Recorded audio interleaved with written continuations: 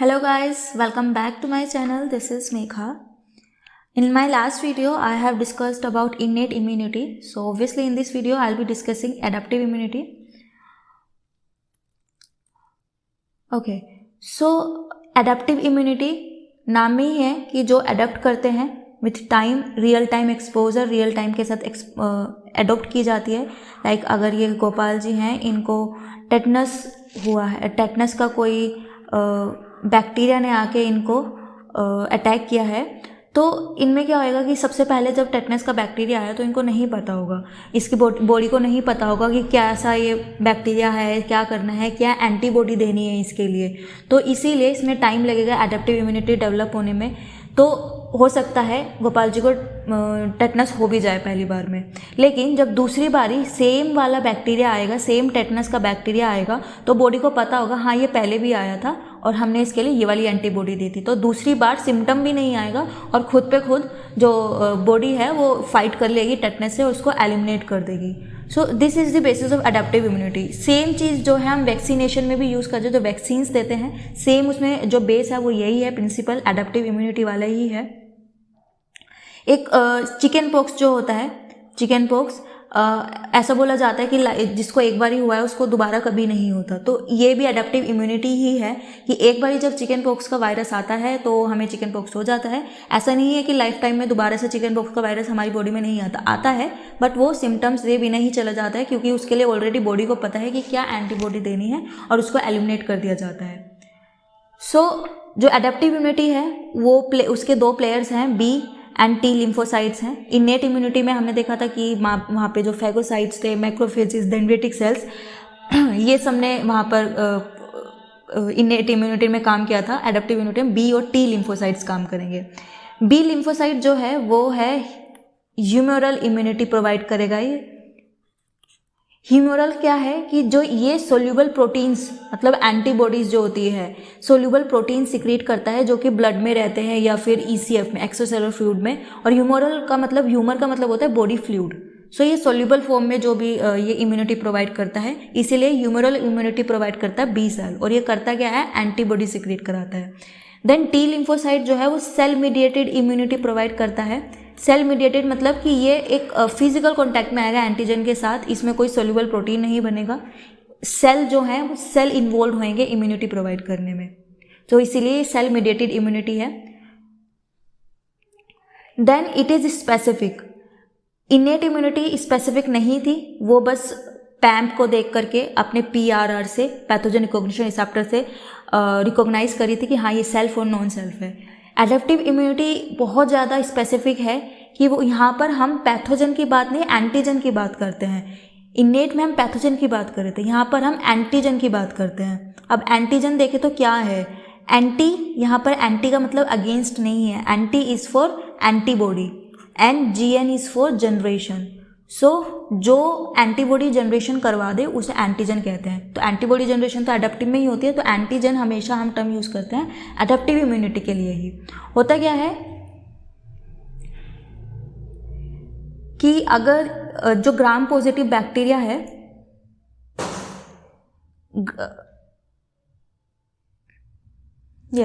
Gram positive bacteria होता है, gram positive bacteria and gram negative होता है. ग्राम पॉजिटिव में लेयर होती है, बाहर की एक मेम्ब्रेन होती है, पेप्टिडोग्लाइकन की बनी होती है जो कि, और ग्राम नेगेटिव में LPS बोलते हैं हम उसको, राइट. इनेट इम्यूनिटी में क्या हुआ था कि पैम्प था, एक मोलिकुलर जो पैथोजन है उसके साथ एसोसिएटेड मोलिकुलर पैटर्न था कि अगर ये ग्राम पॉजिटिव बैक्टीरिया हैं, 3 अलग अलग ग्राम पॉजिटिव बैक्टीरिया है, कोलोस्ट्रिडियम है, एक जो है वो स्टाफाइलोकोकस है, ये अलग अलग, निमोनिया है, ये अलग अलग जो है 3 ग्राम पॉजिटिव बैक्टीरिया, तीनों पे पेप्टिडोग्लाइकन है, राइट. इनेट इम्यूनिटी जो है तीनों के लिए सेम काम करेगी, तीनों के लिए सेम रिएक्शन देगी, क्योंकि उसने बस इतना देखा है कि हाँ इसके बाहर पेप्टिडोग्लाइकन है, एक पैटर्न को उसने रिकॉग्नाइज किया कि हाँ ये नॉन सेल्फ सेल है, बस इतना काम था.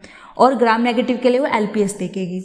लेकिन यहाँ पर जो एडेप्टिव इम्यूनिटी है, यहाँ पर ग्राम पॉजिटिव, अगर ये 3 बैक्टीरिया की हम बात कर रहे हैं, इनमें सब तीनों में पेप्टिडोग्लाइकन है, लेकिन इन तीनों के लिए एडेप्टिव इम्यूनिटी अलग अलग एंटीबॉडी बनाएगी और अलग अलग इनको रिकॉग्नाइज करेगी. ये इतनी ज़्यादा स्पेसिफिक है. इसमें जो पेप्टिडोग्लाइकन प्रेजेंट है दिस इज पेप्टिडोग्लाइकन। तो इसमें बहुत सारे मोलिक्यूल्स प्रेजेंट होते हैं, तो एक पर्टिकुलर जो मोलिक्यूल होगा, इस पेप्टिडोग्लाइकन का भी एक पर्टिकुलर जो मोलिक्यूल होगा उसके अगेंस्ट एंटीबॉडी बनेगी, जिसको हम एंटीजन कह रहे हैं। पेप्टिडोग्लाइकन के भी एक पर्टिकुलर मोलिक्यूल जो है उसको हम एंटीजन कहा है, वो भी एज अ एंटीजन काम कर सकता है, कि अगर हम इस बैक्टीरिया के पेप्टिडोग्लाइकन के इस मोलिक्यूल को भी बॉडी के अंदर इंसर्ट कर देंगे ना, तो भी एंटीबॉडी बननी स्टार्ट हो जाएगी। तो इट इज़ वेरी स्पेसिफिक कि पेप्टिडोग्लाइकन होने के बाद भी सबके लिए अलग अलग एंटीबॉडी है, सबको ये अलग अलग ट्रीट करेगी। देन एडेप्टिव इम्यूनिटी स्लो है। अब इसके स्लो होने का क्या रीज़न हो सकता है? एक तो यही रीज़न है कि जब पहली बार कोई एंटीजन आता है, कोई पैथोजन आता है, तो सबसे पहले उससे इनेट इम्यूनिटी लड़ती है। इनेट इम्यूनिटी उसको रिकॉग्नाइज करेगी, देन उसको कैटेगराइज करेगी कि ये कैसा है। कई बार इनेट इम्यूनिटी उसको एलिमिनेट कर देती है, जब नहीं कर पाती तो एडेप्टिव के पास आती है काम कि उसको एलिमिनेट करना है। अब हमने देखा था कि इनेट इम्यूनिटी में कुछ एपीसीज थे, एंटीजन प्रेजेंटिंग सेल्स थे। उसमें कौन से थे? हमारे मैक्रोफेजिस थे और डेंड्रेटिक सेल्स थे। एपीसी में बी सेल भी आते हैं, बट ये इनेट इम्यूनिटी में काम नहीं करता, तो इसलिए हम दो की बात करेंगे, मैक्रोफेजिस एंड डेंड्रेटिक सेल। एपीसीज थे, इनेट इम्यूनिटी जो हमने बात की थी।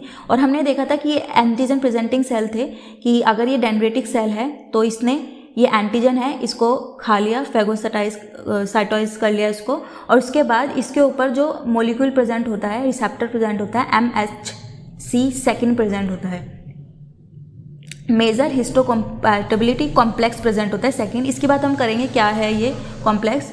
तो जितने भी एपीसीज हैं इनके ऊपर MHC सेकेंड प्रेजेंट होता है। तो ये क्या करते हैं, इस एंटीजन को इन्होंने खा लिया, अब इसका एक पेप्टाइड, मतलब इसको पार्शली डिग्रेड कर लिया, और इसका एक सिंगल पेप्टाइड, जिसको हम कह सकते हैं कि वो एंटीजन है, क्योंकि हमने देखा है कि एडेप्टिव इम्यूनिटी में एक सिंगल पेप्टाइड भी एज अ एंटीजन काम कर सकता है। तो एक पेप्टाइड को जो है ये अपने ऊपर ऐसे झंडे की तरह लगा लेंगे, राइट। तो ये क्या कर रहे हैं, एंटीजन को प्रेजेंट कर रहे हैं, इसलिए एंटीजन प्रेजेंटिंग सेल है ये, इसको अपने ऊपर लगा लेंगे।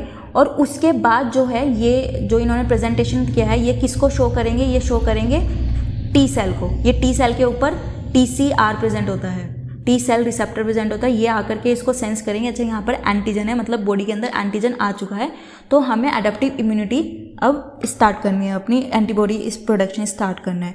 तो इस चीज़ में भी टाइम लग जाता है कि पहले इनेट इम्यूनिटी जो है वो काम करती है, उसके बाद वो रिकॉग्नाइज करती है, फिर वो देखती, फिर वो रिप्रेजेंट करती है, फैगोसाइटाइज करेगी, फिर वो उसको प्रेजेंट करेगी टी सेल को। तो इसीलिए इनेट एडेप्टिव इम्यूनिटी स्लो हो जाती है थोड़ी। दूसरा रीज़न ये है एडेप्टिव इम्यूनिटी स्लो होने का कि जब पहली बार एंटीजन आता है तो बॉडी को नहीं पता है कि ये क्या एंटीजन है, इसके लिए क्या प्रोड्यूस करना है, इसको कैसे एलिमिनेट करना है। तो इसके लिए बॉडी को टाइम लग जाता है। क्यों? क्योंकि ये जो है ये सेल्स हैं, ये स्टेम सेल है, स्टेम सेल से सारे सेल्स बनते हैं, BT जितने भी है सब बनता है इसी से। तो अगर ये सारे B सेल्स हैं, जो B सेल या T सेल है, ये B सेल है and this is T cell, इनके ऊपर रिसेप्टर्स प्रेजेंट होते हैं, इसको B सेल रिसेप्टर बोलेंगे और इसको T सेल रिसेप्टर बोलेंगे, जिसके ऊपर आकर के एंटीजन बाइंड करता है और इनको एक्टिवेट करता है B और T सेल को। तो जब ये अगर ये B सेल्स हैं, तो अगर 1000 तरह के एंटीजन हैं तो 1000 तरह के ही ये रिसेप्टर्स होंगे, B के ऊपर भी और T के ऊपर भी, क्योंकि हर एक रिसेप्टर, चाहे वो BCR हो चाहे वो TCR हो, वो स्पेसिफिक है एंटीजन के लिए। कि सल्मोनेला का अगर कोई एंटीजन है वो एक रिसेप्टर पे बाइंड कर रहा है तो उसी रिसेप्टर से टेटनस का नहीं बाइंड करेगा एंटीजन। तो they are very specific. Adaptive immunity is all about specificity, right. So ये स्पेसिफिक है। तो जब पहली बार आता है एंटीजन तो पहले वो बाइंड होता है, क्योंकि ये जो जितने भी रिसेप्टर्स हैं, हर तरह का रिसेप्टर प्रेजेंट होता है उस समय पे एंटीजन आता है, देखा जाता है कि एंटीजन किस रिसेप्टर पे फिट हो रहा है, कहाँ पर फिट हो रहा है, तो इसमें टाइम लगता है देखने में।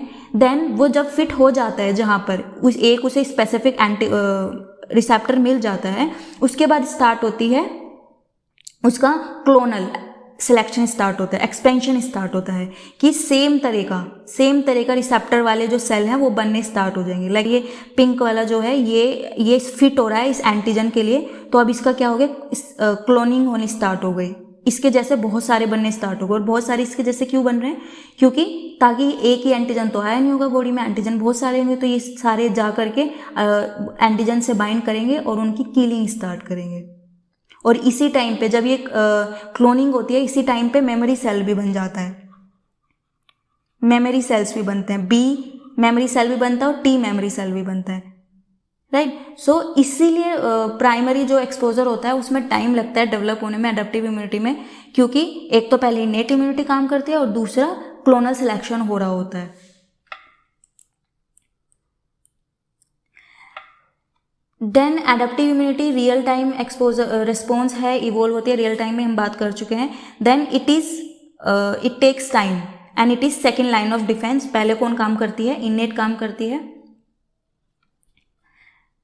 देन इसकी बात भी हम कर चुके हैं कि ये पैथोजन स्पेसिफिक है। पैथोजन में भी सिर्फ पैथोजन स्पेसिफिक नहीं है, पैथोजन के भी एक मोलिक्यूल के लिए स्पेसिफिक है। कि अगर हम बात करें स्ट्रेप्टोकोकस फाइनोजेंस की, ये एक बैक्टीरिया है, इसमें जो इम्यूनिटी बनती है, एडेप्टिव रिस्पॉन्स आता है, वो एम प्रोटीन एंटीजन के लिए आता है। स्ट्रेप्टोकोकस में एक प्रोटीन है एम प्रोटीन, ये एज ए एंटीजन काम करता है। तो ये पैथोजन स्पेसिफिक है और उसके मैक्रोमोलिक्यूल के लिए स्पेसिफिक है, एक पर्टिकुलर। देन एडेप्टिव इम्यूनिटी की जो प्रॉपर्टीज़ है उसमें स्पेसिफिसिटी बात आती है, वो हम कर चुके हैं। देन उसमें मेमोरी होती है, तभी जो है दूसरी बार जब सेम एंटीजन आता है तो बॉडी को याद रहता है हाँ ये पहले भी आया था और अब हमें इसके लिए ये वाली एंटीबॉडी बनानी है। इट इज़ लाइक कि जैसे हॉस्पिटल में कोई जब नया केस आता है, पहली बार कोई बीमारी हुई है, उसको कोई केस आया है, तो उसको ट्रीटमेंट में टाइम लगता है, उसको ट्रीटमेंट देने में, क्योंकि पहले उसके लिए देखा जाता है इसे क्या हुआ है, अलग से बीमारी हुई है, उसके लिए दवाई बनाई जाती है, तो टाइम लगता है। लेकिन जब सेम केस, सेम बीमारी वाला पेशेंट दोबारा आता है तो हॉस्पिटल वालों को पता है अच्छा हाँ ये तो पहले भी आया है, उसको उन्हें पता है उन्हें क्या दवाई देनी है, और एकदम से दवाई देते हैं एंड वो रिकवर हो जाता है। तो सेम है, बस कि बॉडी को बस पता होना चाहिए कि क्या बनाना है, इसके लिए कौन सी इनको दवाई देनी है, कौन सी एंटीबॉडी बनानी है। तो मेमोरी लगता है ये कि पहले भी आया था, अब क्या देना है। देन टॉलरेंस बहुत ज़रूरी है, क्योंकि एडेप्टिव इम्यूनिटी जो है वो डिस्ट्रक्टिव है। अगर ये सेल्फ के सेल्स पे काम करना शुरू कर दे तो पूरी बॉडी को ये खा जाएगी, इस तरीके है। तो टॉलरेंस ये है कि एडेप्टिव इम्यूनिटी के जो सेल्स हैं उनमें एक इनकैपेबिलिटी है कि वो सेल्फ के जो सेल हैं, बॉडी के जो सेल हैं, उनके लिए काम नहीं कर सकती, ये इसकी टॉलरेंस है। और जिनमें टॉलरेंस ये खत्म हो जाती है उनमें ऑटो इम्यून डिजीज डेवलप हो जाते हैं, जो खुद की बॉडी को ही खाना स्टार्ट कर देती है एडेप्टिव इम्यूनिटी। एंड यही एडेप्टिव इम्यूनिटी में हम कहाँ पे यूज़ कर रहे हैं? वैक्सीनेशन में यूज़ कर रहे हैं। जो वैक्सीन होती है वो कोई दवाई नहीं होती है कि हमें कोई दवाई, वैक्सीन के जो टीके लगते हैं वो दवाई नहीं दे रहे होते। वो होता क्या है कि अगर टेटेनस के हम वैक्सीन लगा रहे हैं तो जो टेटेनस का बैक्टीरिया है उसको थोड़ा सा मरा कुचला करके, मतलब थोड़ा उसको किल करके, थोड़ा एटीन्यूएटेड, थोड़ा जिंदा, थोड़ा मरा, मतलब थोड़ा प्रोसेस करके हम सबको दे देते हैं, ताकि जब उसको देंगे तो बॉडी में जो है खुद पे खुद उसके लिए एंटीबॉडी बन जाएगी। और कई बार ऐसा होता है भी कि जब वैक्सीन लगती है तो बुखार आता है, वो इसीलिए होता है क्योंकि अंदर जो है यही एडेप्टिव इम्यूनिटी डेवलप हो रही होती है। तो जब आगे कभी हमें टेटनस का बैक्टीरिया आएगा तो हमें खुद बॉडी उसको पता चल जाएगा कि हाँ ये वाली एंटीबॉडी बनानी है। वैक्सीनेशन जो है वो इसी पे टिकी हुई है, एडेप्टिव इम्यूनिटी पे। देन इसकी बात भी हम कर चुके हैं कि ये बहुत ज़्यादा स्पेसिफिक है कि लिपोपॉलीसेकेराइड की जो लेयर है ग्राम नेगेटिव में, उसके भी एक मॉलिक्यूल के लिए स्पेसिफिक है। सारे जितने भी ग्राम नेगेटिव है सबके लिए सेम नहीं होएगा, सबके लिए अलग अलग होएगा, क्योंकि सबकी लिपोपॉलीसेकेराइड लेयर में कुछ ना कुछ डिफरेंस है। देन हमने कहा था कि जो एडेप्टिव इम्यूनिटीज़ की 3 प्रॉपर्टीज़ हैं। स्पेसिफिसिटी, कि अलग अलग एंटीजन के लिए अलग अलग रिसेप्टर प्रेजेंट है, और हर एक जो एंटीजन है उसके लिए एक स्पेसिफिक रिसेप्टर है। और जब ये रिसेप्टर जो है चूज़ हो जाएगा, जब बॉडी में एंटीजन आया एंड रिसेप्टर चूज़ हो जाएगा, फिर उसकी क्लोनिंग स्टार्ट हो जाएगी, सेम तरह के सेल बनने स्टार्ट हो जाएंगे, सेम तरह के रिसेप्टर्स बनेंगे। इसीलिए जो एडेप्टिव इम्यूनिटी है वो थोड़ा टाइम लेती है। देन मेमोरी बनती है, तभी जो है प्राइमरी और सेकेंडरी रिस्पॉन्स में डिफरेंस है इतना ज़्यादा। देन टॉलरेंस है कि जो बॉडी के अंदर जितने भी हमारे इम्यून सेल्स हैं वो सेल्फ एंटीजन के लिए उनके ऊपर रिसेप्टर प्रेजेंट ही नहीं है। Then this is clonal selection, इसकी बात हम कर चुके हैं।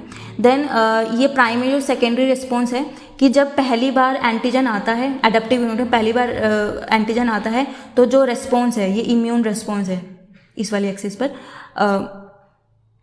वाई एक्सिस पर। तो जो इम्यून रिस्पॉन्स है वो बहुत कम होता है and it is taking time. यहाँ पे देखिए कितना 100 डेज तक लग रहे हैं, इतना टाइम लग रहा है और कितना कम रिस्पॉन्स है। और जब एंटीजन का री एक्सपोजर, मतलब सेम एंटीजन जब दोबारा आया तो टाइम नहीं लगा है बिल्कुल भी, एकदम पीक पे, एक दिन भी नहीं लगा है और ये देखिए पीक पे एकदम से जो है इम्यून रिस्पॉन्स कहाँ तक आ गया है, मतलब एंटीबॉडी जनरेशन और टी सेल का जो काम है वो यहीं पे स्टार्ट हो गया एकदम से, और एलिमिनेट करना इन्होंने स्टार्ट कर दिया। अभी तक तो यहाँ तक जब पीक तक आ जाता है तो एंटीजन एलिमिनेट हो चुका होता है, फिर इसके धीरे धीरे डाउन हो जाती है।